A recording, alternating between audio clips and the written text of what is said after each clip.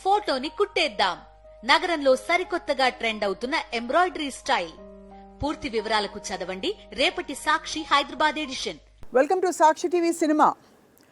Social మీడియాలో ఈ మధ్య అనేక వ్యక్తిగత జీవితాల గురించి వార్తలు తిరుగుతున్నాయి. ఒకటి, అభిషేక్ ఐశ్వర్యాల బంధం ఉంటుందా, విడిపోతున్నారా అని ఊహాగానాలు మనం జీర్ణించుకునే ముందే ఏఆర్ రెహమాన్ తన భార్య సాయిరాబాను విడిపోతున్నట్టుగా వచ్చిన వార్తలు అభిమానుల్ని తీవ్రంగా కొంత కలిసివేస్తాయి. కారణం ఏంటంటే ఏఆర్ రెహమాన్ అత్యంత సౌమ్యుడు, Oscar award winning music director, ప్రపంచ ఖ్యాతి గడించి అందరితో మంచి సత్సంబంధాలు ఉండే మంచి వ్యక్తిగా అతనికి పేరుంది.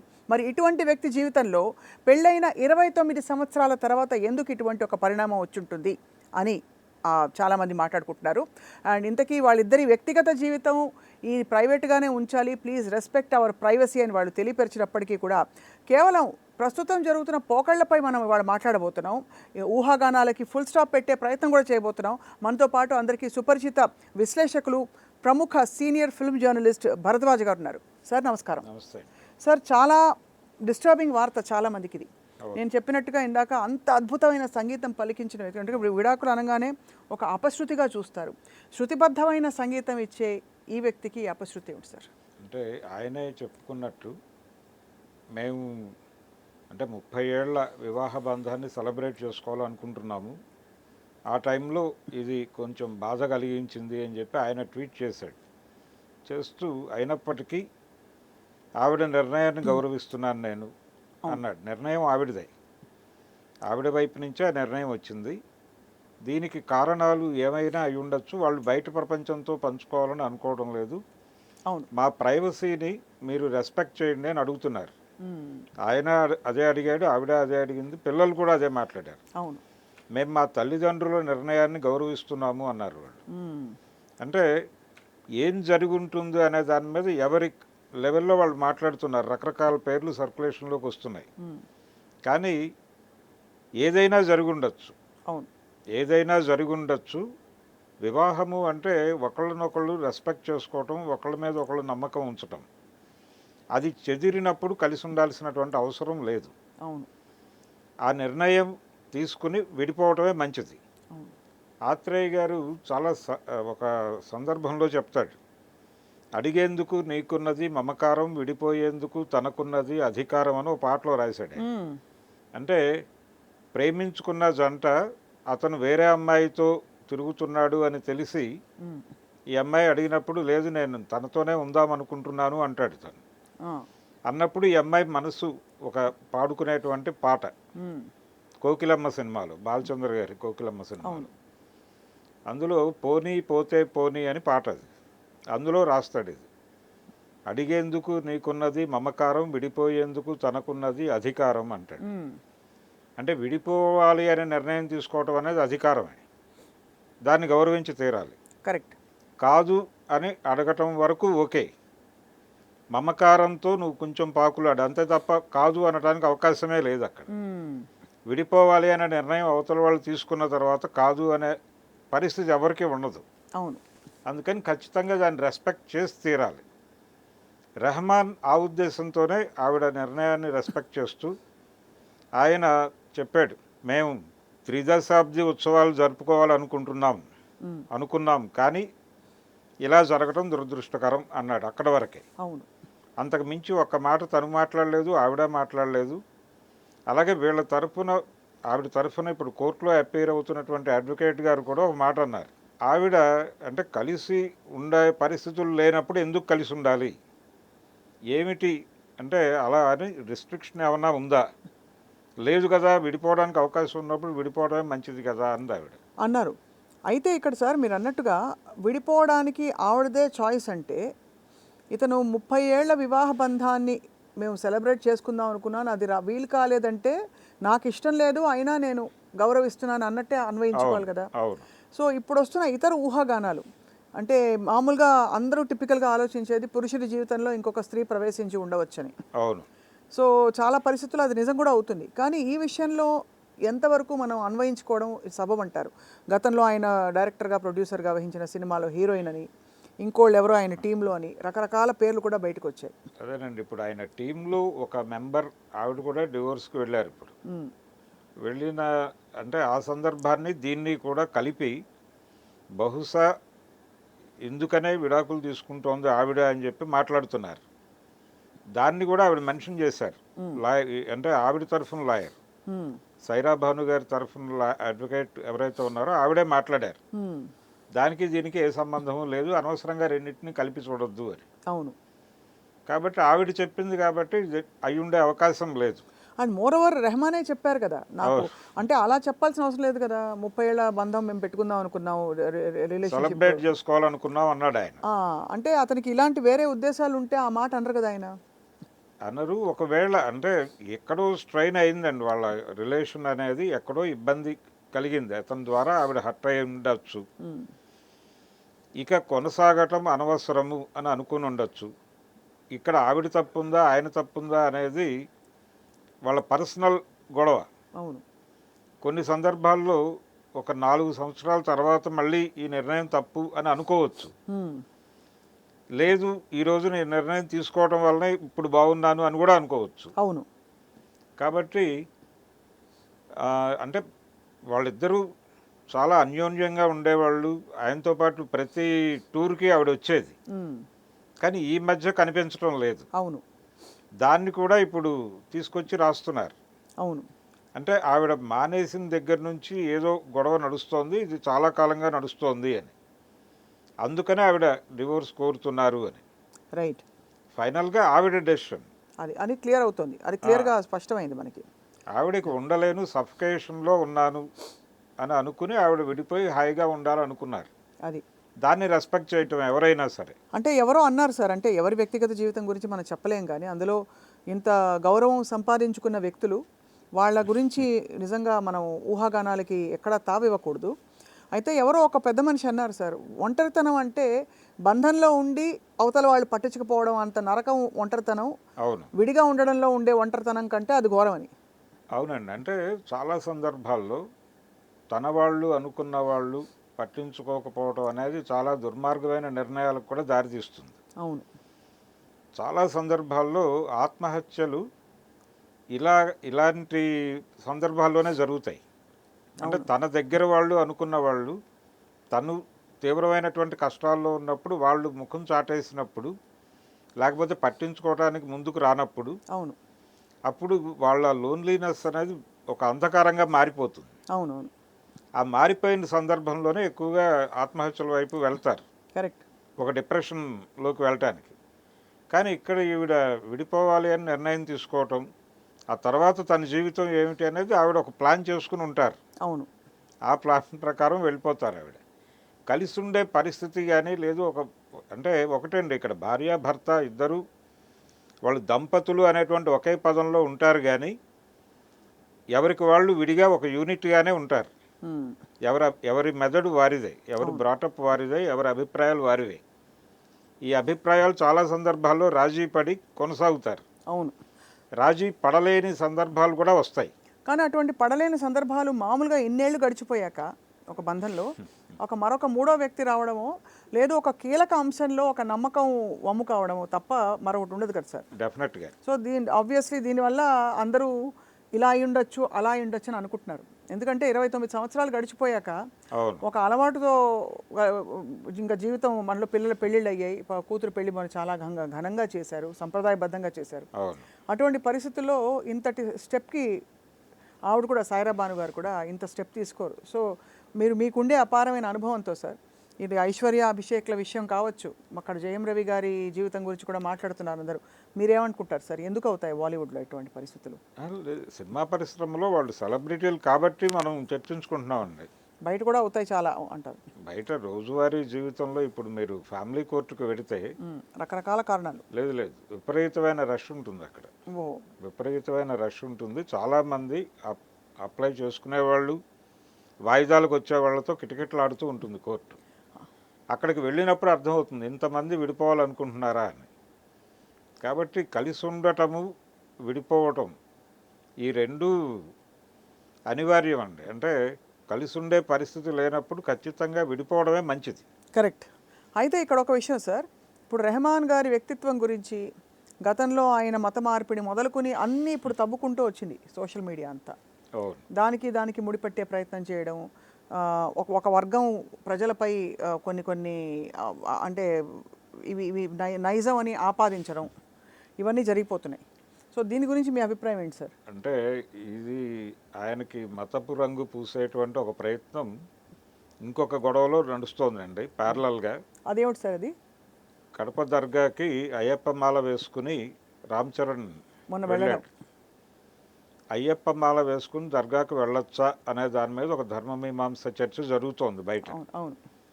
అయితే వెళ్ళటం వలన తప్పేమీ లేదు అనేది నా పర్సనల్ ఒపీనియన్. అంటే జనరల్గా ఏ మతమైనా సరే పక్క మతాన్ని తిడితే ఎంజాయ్ చేయాలని అనుకోదు, ఉమ్, రెస్పెక్ట్ చేయాలనే చెప్తుంది. అవును. కాబట్టి అతను వెళ్ళి రెస్పెక్ట్ చేశాడు అక్కడ. అంటే ఆ మతం తాలూకా పండగలను వీళ్ళ పండగలను వాళ్ళు సెలబ్రేట్ చేసుకునే ఒక పరిస్థితి ఉంటే సమాజంలో చక్కటి వాతావరణం ఉంటుంది అని చాలామంది చెప్పారు. అవును. ఆ వాతావరణం కొరవడింది ఇప్పుడు. ఈ కొరవడిన సందర్భంలో అతను వెళ్ళి ఆ దర్గాలో ఉండటం మాత్రమే కాకుండా బయటకు వచ్చి ఒక మాట అన్నాడు రామ్ చరణ్. ఉమ్, నా సినిమాకి లేదు నా కెరియర్కి అయ్యప్ప స్వామి ఆశీర్వాదంతో పాటు అల్లా ఆశీర్వాదం కూడా ఉంటుందని ఆశిస్తున్నాను అన్నాడు. అవును. పాపం పవన్ కళ్యాణ్ గారు ఎంత నొచ్చుకుని ఉంటారో ఈ మధ్య. ఆయన సనాతన ధర్మం అని చాలా చాలా అగ్రెసివ్గాను, ముందరికెళ్తున్న సమయంలో. పైగా అందరి తరఫున ఆయనే ఒక దీక్ష చేపట్టడం, ఉమ్, ప్రాయశ్చిత్త దీక్ష అని. ఉమ్, ఉమ్, అంటే మొత్తం అందరి తరఫున ఆయనే ప్రాయశ్చిత్తం చేసుకోవటం అనేది చాలా ఎక్స్ట్రీమ్ అది. అవును. అలాగే చాలా అగ్రెసివ్ స్టేట్మెంట్లు ఇచ్చాడు ఆయన. ఉమ్, అగ్రెసివ్ స్టేట్మెంట్లు ఇచ్చాడు. దాని కొనసాగింపు కూడా చాలా జరిగింది. ఒక మైనారిటీ మతాన్ని టార్గెట్ చేస్తూ కూడా కామెంట్లు నడిచినాయి. ఉమ్, ఈ గందరగోళం మధ్యలో ఇప్పుడు రెహమాన్ని లాక్కొచ్చి, అంటే రెహమాన్కి ఇచ్చిన మాట మేరకు నేను వచ్చాను ఈ దర్గాకి ఉమ్. అని అతను అన్నాడు. కాబట్టి ఇప్పుడు ఈ విధంగా మతం అనేది ఇక్కడ ఒక అస్త్రం అయిపోయిందంటారు. అంటే రెహమాన్ గతంలో హిందువు, ఆయన ఇస్లాంలోకి మారాడు. దిలీప్ అతని పేరు. అవును. దిలీపుడు రెహమాన్గా మారాడు. ఉమ్, ఆయన తండ్రి గారు శేఖర్, ఉమ్, ఆయన ఆర్కెస్ట్రా కండక్టర్. అవును. ఈ కుటుంబం మొత్తం ఇస్లాంలోకి మారింది. ఉమ్, మారింది కాబట్టి అతను రామ్ చరణ్ని కూడా ఏదో చేయబోతున్నాడు అన్న టోన్లో ఒక ప్రచారం జరిగిపోతుంది బయట. నిజానికి రామ్ చరణ్ కాబట్టి అది పెద్ద స్థాయిలో డిస్ప్యూట్ కాలేదు, కానీ ఉమ్, ఇంకొకళ్ళు అయితే ఇంకో లెవెల్లో వెళ్ళేది అది. అవును. కానీ రెహమాన్ టార్గెట్ అవుతున్నాడు. అదే టైంలో కరెక్ట్గా వివాదం నడుస్తుండగా ఇది జరగటం, వీళ్ళు రెస్పెక్ట్ చేయరు. పైగా పెళ్ళి అనే దాని మీద వీళ్ళకి ఏమాత్రము గౌరవం ఉండదు. ఏదో తలాక్ అని చెప్పి వెళ్ళిపోతారు, 3 సార్లు అనేస్తే వాళ్ళు విడిపోతారు. దానికి అడ్వకేటు ఈ గొడవంతా ఏమిటి అని ఇష్టం వచ్చినట్టు మాట్లాడుతున్నారు. కానీ ఆవిడ ఉద్దేశం ఏంటంటే ప్రపంచానికి తెలియాలి ఈ విషయం అనుకుని చేస్తోంది ఆవిడ. అంటే వాళ్ళు చెప్పుకుంటే ఈ ఎక్కువ వెనకాల మాట్లాడుకునే వాళ్ళ సంఖ్య తగ్గుతుంది. ఎందుకంటే అభిషేక్ తగ్గుతుందని. ఐశ్వర్యాల అప్పుడు ఇంతకీ ఐశ్వర్య కానీ అభిషేక్ కానీ వాళ్ళ జీవితం గురించి ఎక్కడా స్టేట్మెంట్ చేయలేదు, అవును. కానీ ఖండించలేదు. ఇంత ముమ్మరంగా ప్రచారాలు జరుగుతున్నా కూడా ఖండించలేదు. నిమ్రత్ కౌర్కి అమితాబ్ బచ్చన్ గారు లెటర్ ఎందుకు రాశారు అనే విషయం మొదలుకుని అసలు ఏం జరిగింది, ఈవిడికి వయసు పైబడింది కాబట్టి అభిషేక్కి బోర్ కొట్టిందా మొదలుకొని రకరకాల, ఇంకా 1 కాదు 2 కాదు, అత్తగారి సాధింపులని ఇంకోవైపు. అంటే ఈ టకారం ఉపయోగించి చాలా మాట్లాడతారండి. ఈ టకారం ఉపయోగించి మాట్లాడేవన్నీ కూడా వాళ్ళ పర్సనల్ జీవితంలో రకరకాలు ఉండొచ్చు, కొన్ని సిల్లీగా అనిపించవచ్చు ప్రపంచానికి, కానీ వాళ్ళు ఇబ్బంది పడ్డారు కాబట్టి విడిపోయేటప్పుడు కూడా అంతే గౌరవంగా విడిపోవటం అనేది మంచిది, రెస్పెక్ట్ చేస్తూ. మళ్ళీ ఒక సినిమా పాటలో వాక్యమే చెప్పాల్సి వస్తుంది ఇక్కడ కూడా. అంటే నిజంగా ప్రేమించుంటే ఈ 29 సంవత్సరాల ప్రయాణంలో రెహమాన్ కావచ్చు, లేకపోతే ఐశ్వర్య అతను కావచ్చు, అభిషేక్ కావచ్చు, ఎవరైనా ఈ జర్నీలో అవతల వాళ్ళని వాళ్ళు ప్రేమించుంటే ఏ మేరకైనా వలచుట తెలిసిన నా మనసునకు మరచుట మాత్రము తెలియనదా అని రాశాడు ఆయన. కాబట్టి నిజంగా ప్రేమించింది నిజమైతే మన్నించి పంపించేయటం మంచిది. ఒకవేళ రిలేషన్స్ ఉన్నా కానీ అవతల వాళ్ళకి వేరే రిలేషన్ ఉంది అని తెలిసినప్పటికీ గాయపడి గొడవ పడాల్సినటువంటి అవసరం లేదు. బాబు నీకు ఈ రిలేషన్ ఉండటం వలన నేను నీతో ఉండాలని అనుకోవడం లేదు, కాబట్టి నేను నా మార్గంలో నేను వెళ్ళిపోతున్నాను, నువ్వు అలా కొనసాగు, ఇబ్బంది ఏమీ లేదు అని కూల్గా మాట్లాడుకుని విడిపోవచ్చు. కానీ దాని మీద బయట ప్రపంచం రకరకాలుగా మాట్లాడుతోంది. ఇదేదో పెళ్లి పవిత్రత ఇవన్నీ ఆపాదించేస్తున్నారు దానికి. అవును. పెళ్ళి అనేది వాళ్ళిద్దరికీ సంబంధించిన వ్యవహారం. వాళ్ళిద్దరూ ఉండాలి అనుకుంటే ఉంటారు, విడిపోవాలనుకుంటే విడిపోతారు. చాలా క్లియర్గా చట్టం ఉంది అక్కడ. ఇప్పుడు దీని గురించి నెగిటివ్గా మాట్లాడటం అంటే చట్టాన్ని అగౌరవపరిచినట్టు.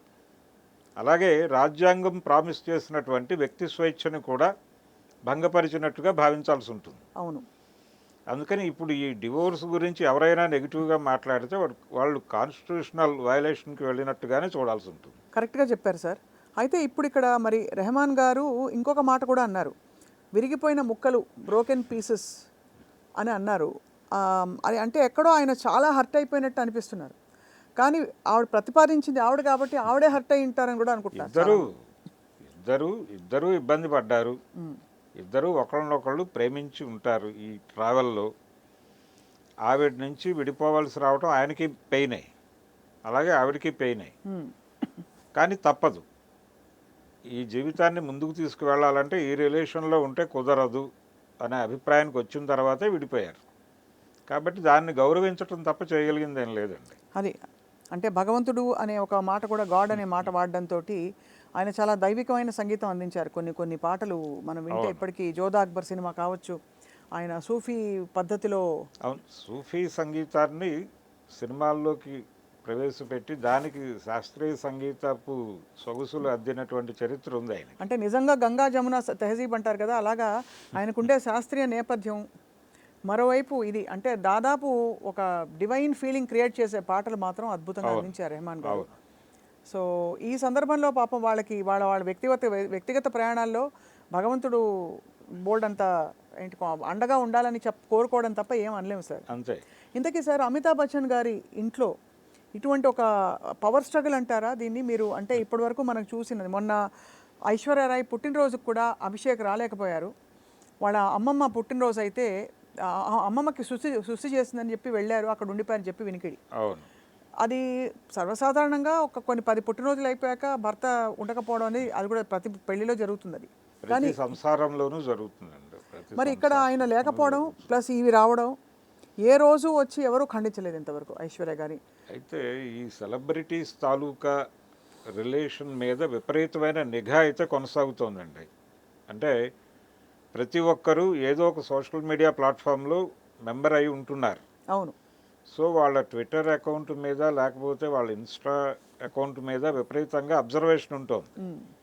వాళ్ళు ఎవరిని అన్ఫ్రెండ్ చేస్తున్నారు, వాళ్ళు ఎవరెవరి ఫోటోలు అప్లోడ్ చేస్తున్నారు దగ్గర నుంచి ఒక నిఘా, దాని మీద కథనాలు వస్తున్నాయి. అవును. ఇది కూడా ప్రైవసీని ఇబ్బంది పెట్టే వ్యవహారమే. ఏ కారణం చేత అనుకోకుండా ఎవరినైనా అన్ఫ్రెండ్ చేస్తే వాళ్ళిద్దరి మధ్య ఒక వైషమ్యం ఉన్నట్టుగా ఒక కథనం వచ్చేస్తుంది. అవును. తెల్లారి పొద్దున్నే. అంటే ఎంత కీన్గా ఉన్నారంటే ఈ మధ్యకాలంలో, అంటే టాలీవుడ్లో జరిగినటువంటి ఒక డివోర్స్కి సంబంధించి నాగ చైతన్య సమంత ఎపిసోడ్ బయటకు వచ్చింది. అలాగే వాళ్ళు ఫోటోలు డిలీట్ చేసుకున్నారు వాళ్ళ అకౌంట్స్లో అని. అక్కడి నుంచి మొదలై తర్వాత వాళ్ళు ఒకళ్ళనొకళ్ళు డియాక్టివేట్ చేసుకున్నారు లేదా అన్ఫ్రెండ్ చేసుకున్నారు అనే దగ్గర మొదలైంది.